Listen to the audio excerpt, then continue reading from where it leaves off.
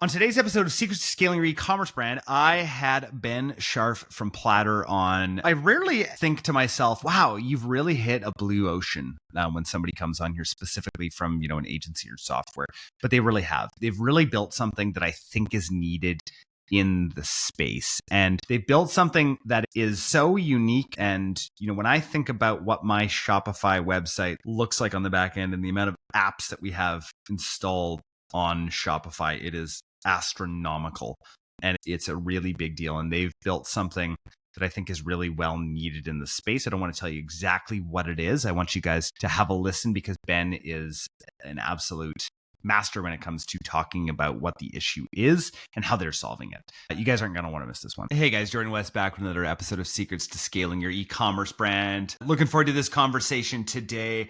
Today is one of those good talks that I get to have with a software founder. As much as I say agencies suck behind me here, I also love to say SaaS sucks. I equate SaaS and agencies together. Yes, I do. Do I own and run an agency? Absolutely. I also run a partner network for anyone out there, who's wondering, with about 100 other agencies and SaaS in this network. In e-com. So as much as I poke fun at people, I absolutely love talking about tools that make our lives easier. It's actually, sorry, Ben, before we get into this, I was actually on earlier with the partner manager at Gorgeous because I've never done work with Gorgeous because I think that their pricing is ridiculous. And I think that how much they charge is insane for what they do. And so I just brought those questions up to her, and this is great media value for Gorgeous now. But having the conversation with her, I'm like, you have to tell me why it matters. You have to tell me how many FTEs this is going to cause a company not to have, or like who it's going to replace, what it's going to do, how much revenue it's going to drive. Because people, you guys who are listening to this right now are struggling. There are so many people out there absolutely struggling right now and cannot pay an extra $1,000 for another SaaS tool that is just going to look nice and sit in your Shopify app store. And so when I'm talking to somebody that comes on here and I have a tool that I like, or a tool that somebody's presented to me that I think is pretty cool, it's because it makes a difference in your life and the way that you can run your business. That is why we do this, and we'll ultimately help you make more money. So anyway, Ben, welcome. Thanks for having me, Jordan. I love that. An intro plus a rant. That's like all time. That's when you've done a couple episodes where like it's kind of the who cares attitude without swearing, and you just get into it. Yeah, I mean, this is episode, 560 or something. So we've been around doing this for a while. So, and I just want to shout out just 1 second here. If everyone who's listening to this podcast, thank you guys so much. I didn't realize I didn't have Spotify Insights connected for years. And I just got them connected this week. And there's like a good solid extra 1,000 people who listen to this every single week on Spotify. So thank you guys. That means every episode. So thank you guys. That means a lot to me. I will try to be better, knowing that there's even more of you out there. And so appreciate it. Ben, for people who don't know anything about you or anything about Platter, just tell us a little bit about who you are and what you do. Yeah, so I'm one of the co-founders of Platter, which is a theme and app bundle to help improve profitability on Shopify storefronts. And so essentially our business is built around a couple core theses. The first one is that, to your point, a lot of apps in the Shopify ecosystem are features, not products. And so as brands scale, they get stuck with too many apps, too many support teams, too many monthly expenses, and a bloated tech stack, which then results in a slower website and worse conversion. I'm going to step in. I'm sorry. I'm going to step in because you need to hear something here for a second, Ben. One of the brands that I own, I have 103 apps on. Don't even ask me. You're probably wondering like, how is that? How is that possible? Part of me is like, how is that possible? And the other part of me is like, Jordan, thanks for reminding me why we exist. Yeah. I want everyone to know, like, there's a problem. There's some of us called app hoarders. And I'm one of them. And this is just one of the brands that we own, guys. Just so you know, like there's many more apps out there that I do not cross-pollinate. So Ben, continue. Yeah, so that's part one, is this thesis around how a lot of apps are features, not products. The second part of that is that there is a fundamental misalignment between a lot of development agencies and brand owners, and that most development agencies get paid for their time. So they're incentivized to drag things out and complicate things. And you effectively can become beholden as a brand owner to this agency if they build something in a super custom way and make it hard for you to navigate. And the third piece to it is that there's a huge drop off in terms of utility of a lot of these apps after the core functionality. So most brands are using like the main 15 to 20% of the app, but the remain of like the functionality it has to offer.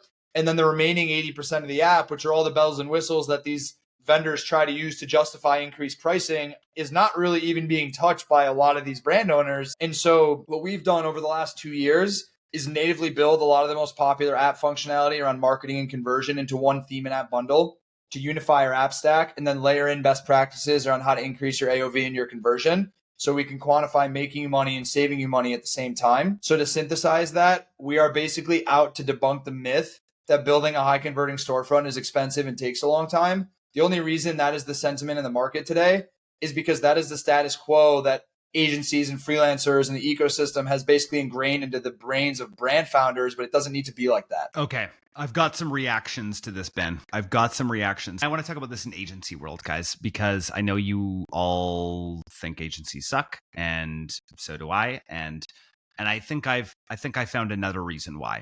And it was something we were doing before. And I think Ben is going to get down to, he talked about why this happens. And I asked this question a few years ago.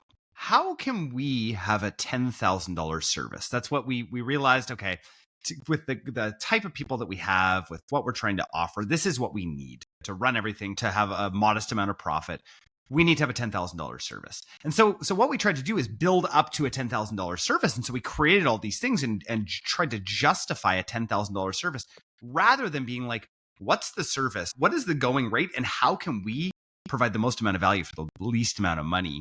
And then provide other services that matter to people on top of that. And so we've actually made that massive shift this year. Last year we tripled, knowing that we did stuff like that. And I'll tell you, our average customer value was down. It was not $10,000.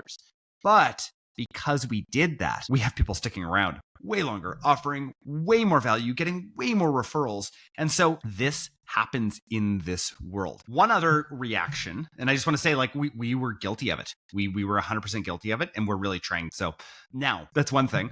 On the other side, I want to talk about web developers. I was at because that was point 2 there. I'm just double clicking. I'm quadruple clicking right now on what you were saying because it is so apt right now.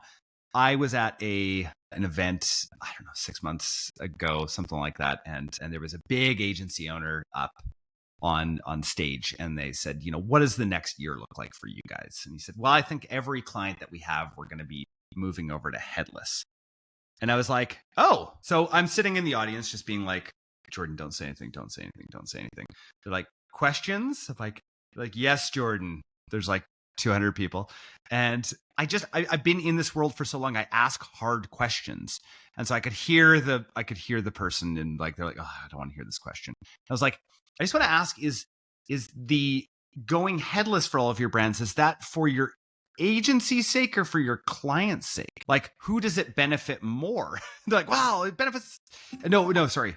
And then the answer was, Jordan, let's take this offline after. And Ben, reaction. Fuming inside.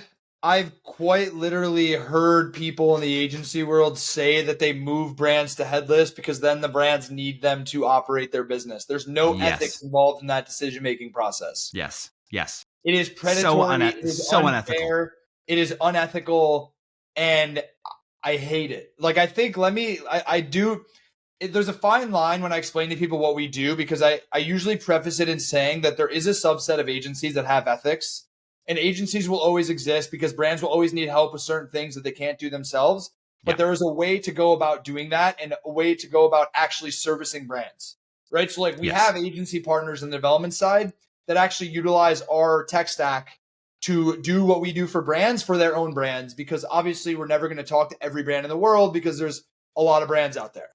Yeah, we leverage software all the time.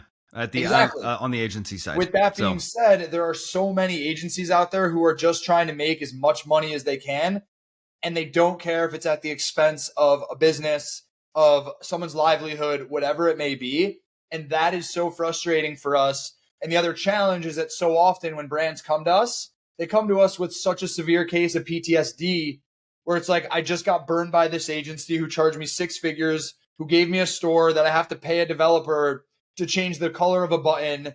And now I want you to make me a better store for less amount of money because I can't wrap my head around the fact that these two experiences are mutually exclusive.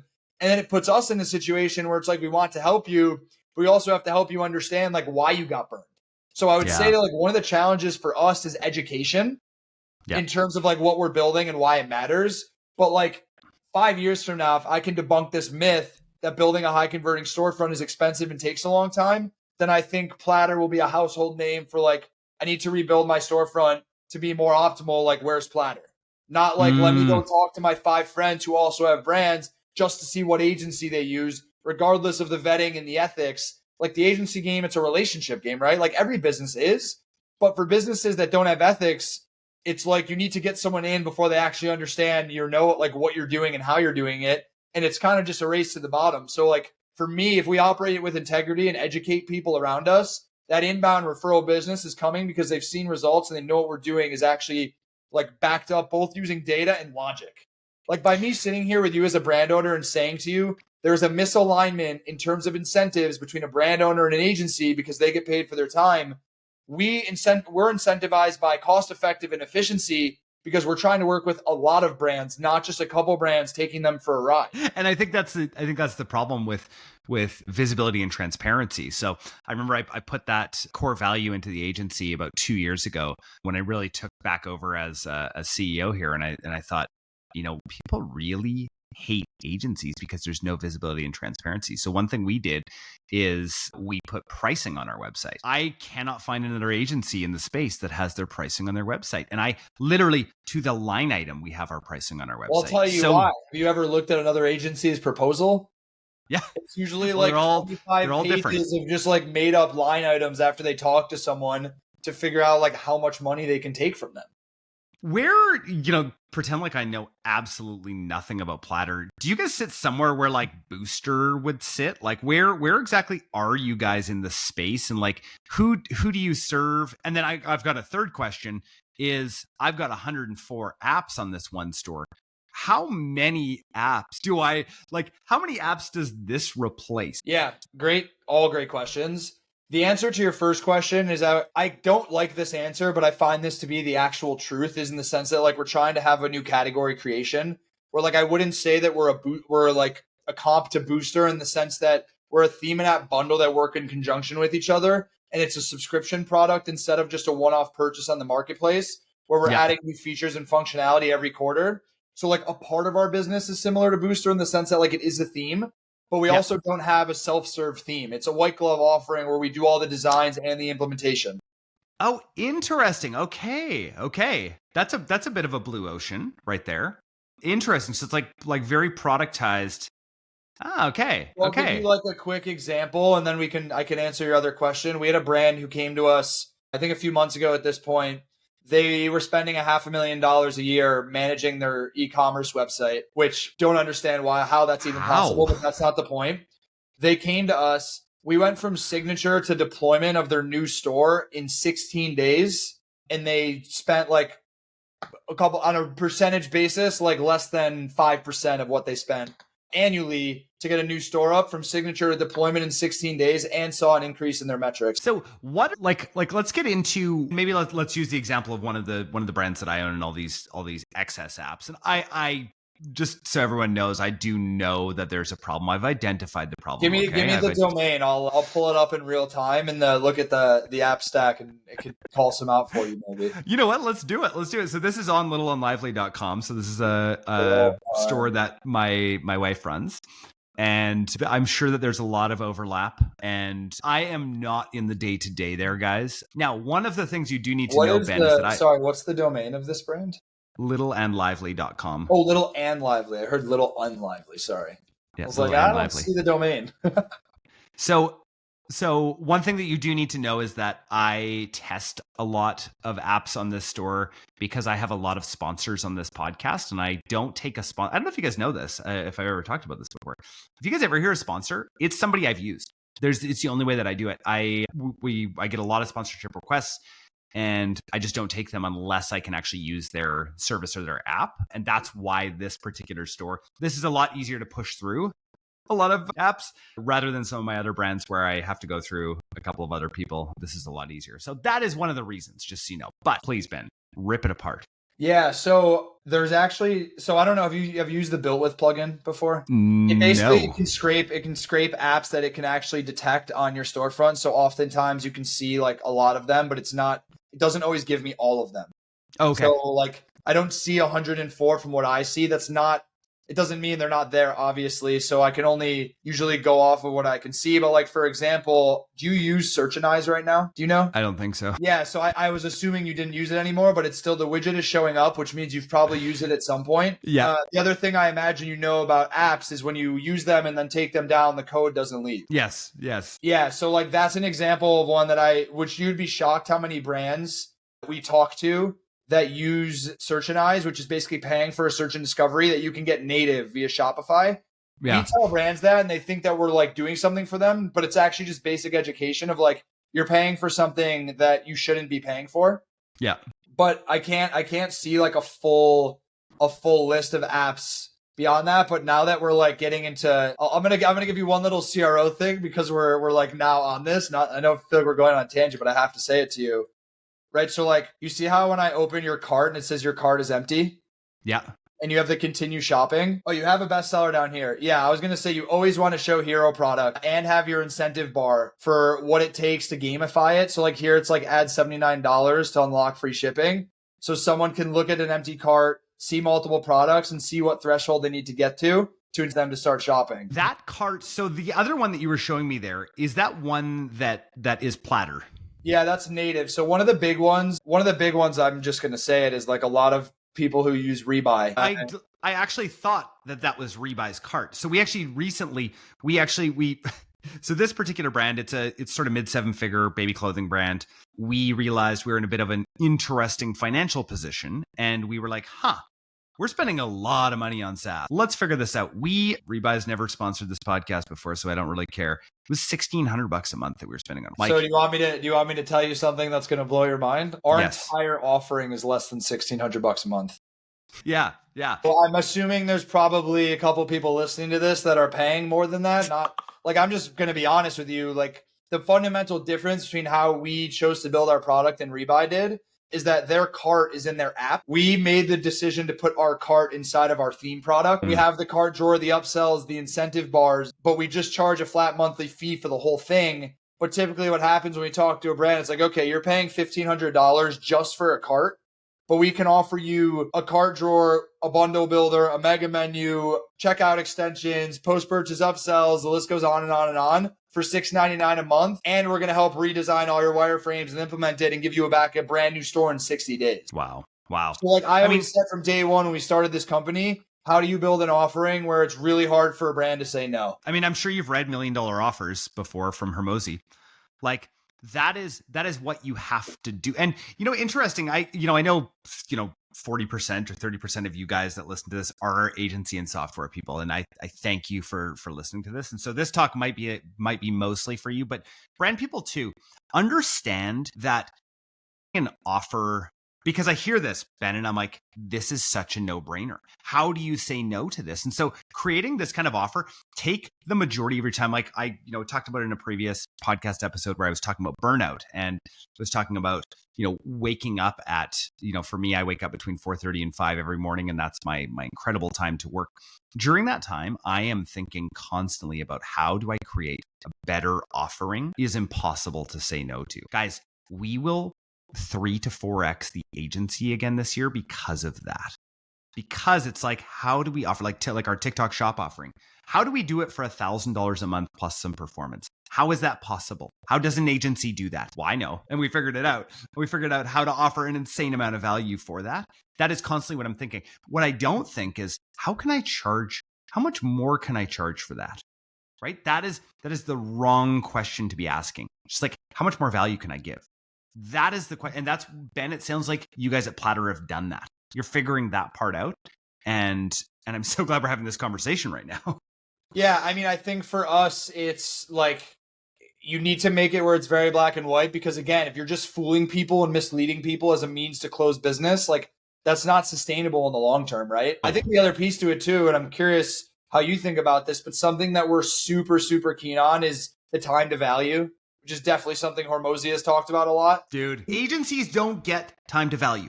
No So we get agencies on every understand that single, is we the get on easiest every lever to single pull. brand call. We get on every single brand call with a 30-page audit of their storefront the first time we meet them. So the way that we look at it is, at the very least, you can take all this information and walk away with it and implement it yourself, or just learn something or get another perspective.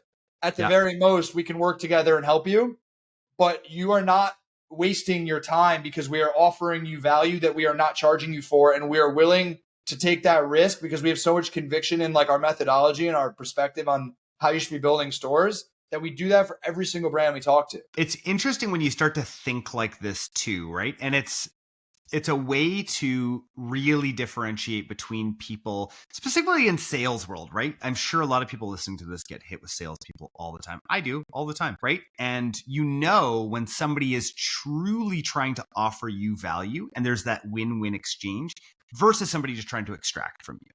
And so when people start to think like that, then you actually start offering more value to people, that is the name of the game. That is really what it comes down to. And then surprisingly, at the end of the day, you actually win too, which is crazy. What kind of brands would you say are a good fit to go and check Platter out? Yeah, I mean, we're mostly working with brands that are doing anywhere from like 1 to 20 million on their e-com Shopify store.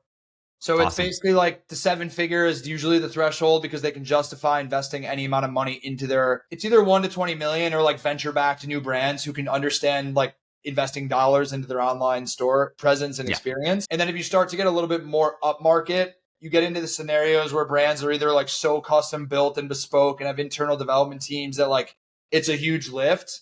So I would say our ICP is like 1 to 20. But what's interesting is we've started to have some larger brands who come to us who are like, hey, our brand has been on the same store for 4 years. We have so much technical debt. We want to just do a lift and shift with the same UI, UX while getting rid of all this code that like 7 agencies and 6 other freelancers were like playing with. But it's typically like the middle market brands. And I would say, as far as category, pretty agnostic, but I would say like super, super high price point items, you don't benefit as much from a lot of the functionality, because a lot of our methodology is around gamification. So having accessory products, low ticket items that are complementary to maybe your hero products to incentivize impulse purchases, whether it's upsells on the PDPs, upsells in the cart drawers, checkout extensions.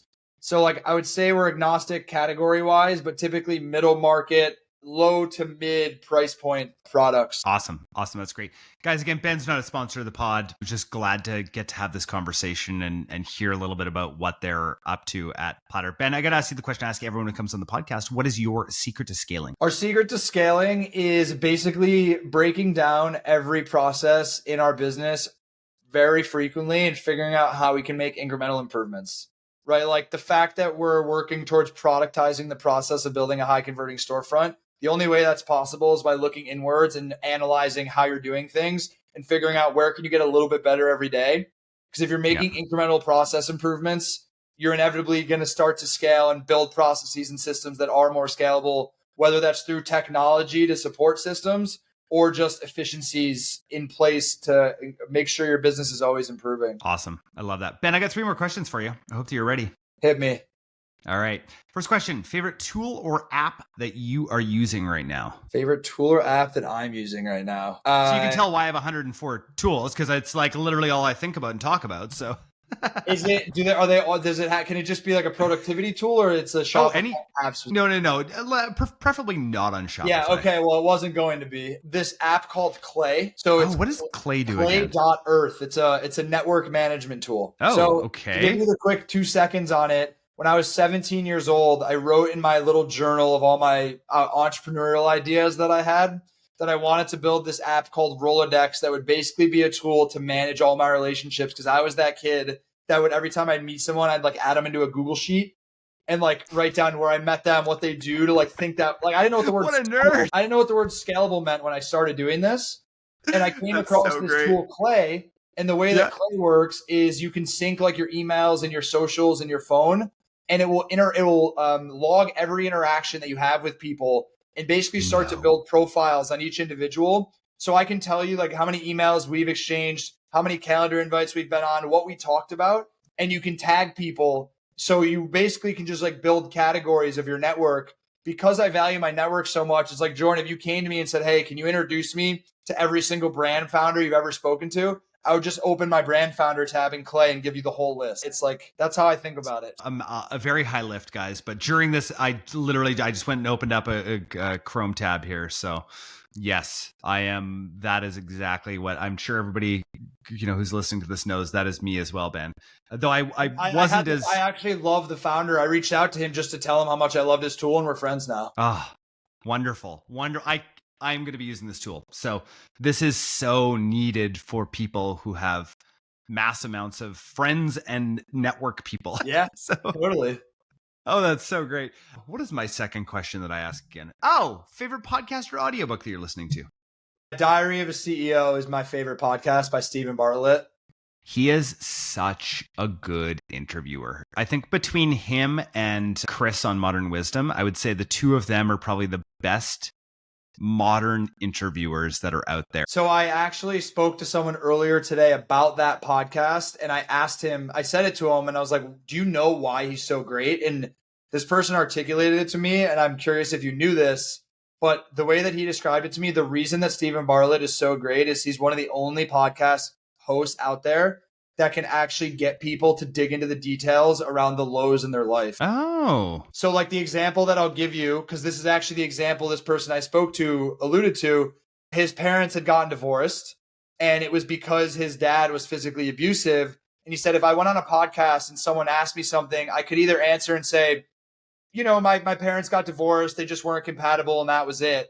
Versus like, if you take the context of Stephen Bartlett, he would actually get you to go back and like live in that experience of, this sounds so crazy, but like your dad actually behaving the way you said, and it like brings back these emotions, and you really start to like open up and relive it. And like, that's why you've seen so many people like cry on his podcast or like really open up, because they relive these moments that they don't share anywhere else other than on his podcast, because he has the innate ability to get it out of you.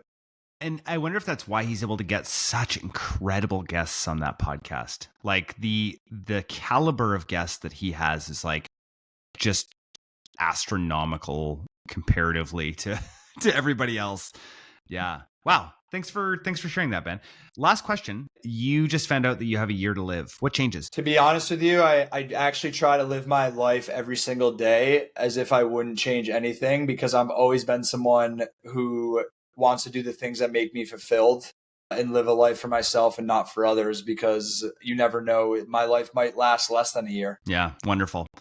Ben, thank you so much. Where can people find out more about you and then learn a little bit more about Platter? Yeah, so they can find me on all socials at Ben Sharf. That's BenSharf on LinkedIn, Twitter. And then Platter is platter.co, which is platter.co. And my email is ben@platter.co if you have any questions. Awesome. Guys, remember, we are meticulous with our show notes. Everything that we have talked about today will be down in the show notes. All the links. Please go check those out. If you guys are listening on Spotify, could you please leave a review? It can be whatever kind of review that you want. I just want some more reviews over on Spotify. Now that I know how many listeners we have over on Spotify. Thank you guys, everyone, so much. Ben, thank you again so much for your time today. This was a real honor. Thanks for having me, Jordan. Absolutely. Okay. Thanks, Ben. When you hop off, I'm going to do an intro and then we're good. Dude, that was so fun. I've gone on a ton of podcasts, and I like a lot of them are like so mind numbing where I'm just like, this is not it. What just happened with my camera? A lot of them are so mind numbing because it's just like so boring, but when you talk to a host who's genuinely curious, it's like a very different game. That's good. That's good. Good to hear. I think maybe that's why we still have a good listenership. I think that's definitely 100%. Yeah. Well, thanks, man. I super appreciate it. Who did we get connected through? I think my director of growth had messaged you. Oh, okay. That's great. Yeah. And if I can be helpful to you in any way or any of the brands you're working with, like I'm happy to do so. Well, it's just such a novel concept what you guys do. I think that it's really, really interesting. We don't do a ton of web development at the agency. That's not one of the places. We're mostly growth. So kind of what's interesting is growth marketing agencies are our number one referral channel. And the reason for that is a lot of them make money off ROAS. So if we can increase the conversion on the websites they're working on, they make more money. So everyone's happy. Yeah, absolutely. Yeah. Do you want to send, who does partnerships for you? I mean, I do it usually either me or my head of growth. I'm happy Okay. to help. You should join my partner network. I've got almost 100 software and agencies in there, and I only have one per category, and there's no other one in your category. So Yeah, I would love to. Let me know yeah, what details or materials you need from me. I'll send. I won't even make you go through the application process. I'll just add you right away. So I'll add you into the Slack channel, and then I'll let you know about like the next event that we're doing. But Amazing. it's a ball and group. And then I also, what do you invest in? Because I also get a ton of deal flow, so I'm happy to like send stuff your way. Right now, we're divesting a lot of things. I'm actually in the midst of. I kept checking my text messages up here because we're working through a deal right now to sell one of our companies. So we're yeah. So and then actually one of the other interesting things that we're doing is that's kind of working in the background right now is we're building this thing called $1 Billion Agency, which is basically a roll together. So it's a roll together of a lot of SaaS and agencies in the e-commerce space. And by roll together, basically what it looks like is that we're going to be building a back office that shares a lot of the mundane sort of like accounting and HR and recruiting and all of that kind of stuff in the background while people autonomously run their companies to the point where when we have a certain amount of EBITDA combined, we're then going to actually combine that on a P&L and go public and or sell to private equity. So are you buying up these businesses that are sitting in back office, or what's the like?